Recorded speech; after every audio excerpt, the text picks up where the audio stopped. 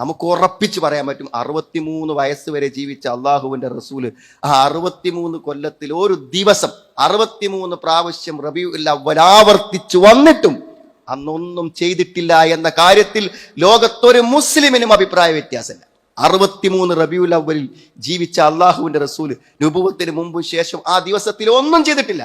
നമ്മളിപ്പോൾ ജാഥ നടത്താൻ പോവുകയാണ്, നമ്മൾ കുട്ടികൾക്ക് പലഹാരങ്ങൾ കൊടുക്കാൻ പോവുകയാണ്, പാട്ട് പാടാൻ പോവുകയാണ്, സ്റ്റേജ് കെട്ടാൻ പോവുകയാണ്, പള്ളിക്ക് ലൈറ്റ് തൂക്കാൻ പോവുകയാണ്. അള്ളാഹുവിന്റെ റസൂൽ ചെയ്തിട്ടില്ല.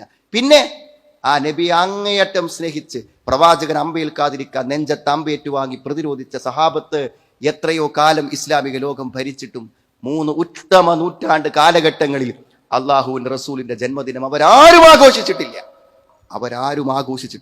എന്നിട്ട് പിന്നെ എങ്ങനെ നമുക്കത് കിട്ടി? സുഹൃത്തുക്കളെ, ഈസാ നബിന്റെ യേശുക്രിസ്തുവിന്റെ ജന്മദിനം ഇവിടെയുണ്ട്.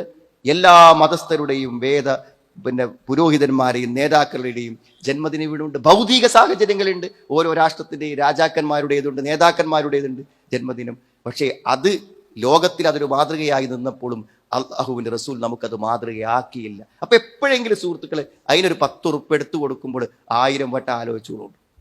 1000 വട്ടം.